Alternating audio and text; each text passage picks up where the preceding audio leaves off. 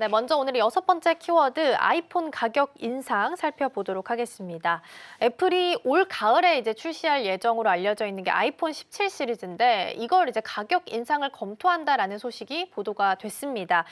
여러 가지 이유가 있겠지만 뭐 그만큼 수요가 탄탄하다라는 생각도 있겠지만 조금 더 안을 깊이 좀 들여다보면 관세에 대한 부담을 어찌됐든 간 좀 전가시키기 위해서 가격을 좀 올린다라는 시각들도 있는 상황입니다. 그래서 이번에 인상 검토가 시사하는 바는 어떤 것들이 좀 있을까요? 사실 이번에 이제 관세 90일간 유예됐는데 컴퓨터하고 이제 스마트폰은 빠졌습니다. 빠졌기 때문에 사실상 이제 관세 유예를 못 받았는데 겉으로는 이제 새로운 디자인이나 이런 것들에 대한 도입이 혁신의 명분을 내세우면서 불가피하다 이렇게 예세우고 있지만 사실은 이게 뭐 관세 부담을 가격에 반영하려는 전략이 아닌가라는 게 이제 이면에 깔려 있을 것 같은 그런 생각이 들어요. 문제는 애플이 이러한 관세 비용 증가를 소비자에게 직접적으로 설명하지 않는다는 점이 좀 문제인 것 같아요. 이게 들어가 있는데 이게 이제 가격의 인상의 이유가 정치적인 관세를 명시할 경우에 기업 이미지에 어쨌든 타격을 입을 수 있기 때문이라고 생각을 하고 있는 것 같습니다. 특히 이런 것들을 그대로 얘기하면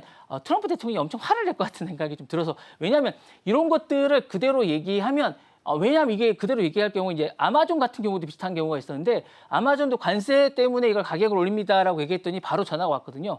비슷한 경우라고 생각을 해요.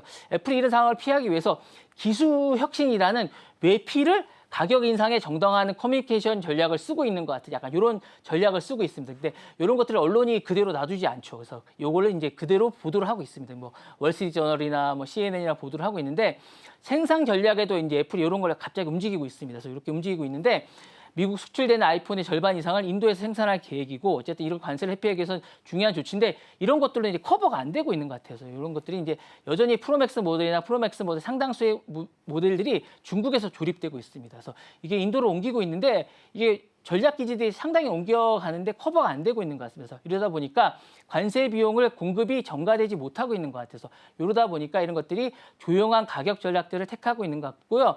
정치적 원인도 이제 어느 것도 감추지 못하고 있는 것 같습니다. 그래서 이렇게 되다 보니까 어쩔 수 없이 이런 것들을 저 가격에 그대로 전가될 수밖에 없는 것 같고 그러니까 이런 것들을 포장을 아무리 많이 해도 가격을 그대로 올라갈 수밖에 없는 것 같고 이게 상당히 올라갈 수밖에 없는 것 같고 가을 되면 올라간 가격을 소비자들이 그대로 낼 수밖에 없는 이런 상황인 것 같습니다. 네. 네, 그렇죠. 이제 어쨌든 간 가격의 부담은 소비자들이 지어야 되는 상황이기 때문에 관세 부담이 그대로 소비자에게 전가되는 상황입니다.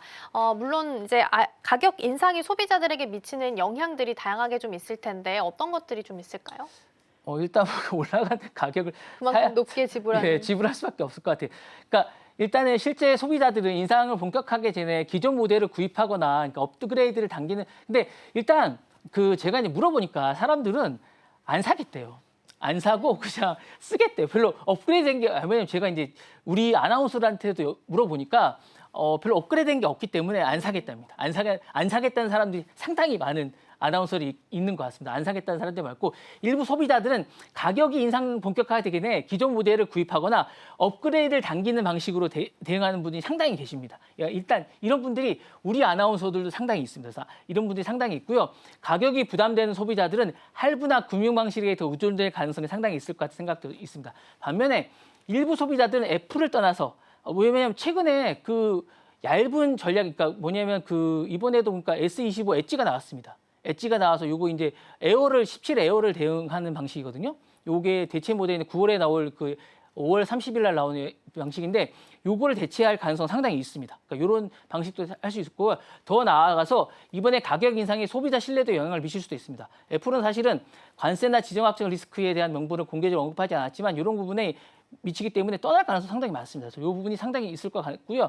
결국 17일에 대한 가격 인상은 단지 더 비싼 아이폰의 문제를 넘어서서 소비자로 하여금 사실 제품의 구매 방식에 대한 정보 해석이나 이런 부분에 고민을 하게 되는 계기가 될 것 같은 생각이 있기 때문에 한번 고민해봐야 되지 않을까라는 생각이 들고 이 가격 정책은 사실 심각하게 뭔가 좀 심각하게 다시 한번 생각해봐야 될 그런 어쨌든 리스크가 큰 어떤 그런 정책인 것 같으니까 한번 고민해봐야 되지 않을까라는 생각이 듭니다. 고민해야 될 것 같은 그런 생각이 듭니다. 네.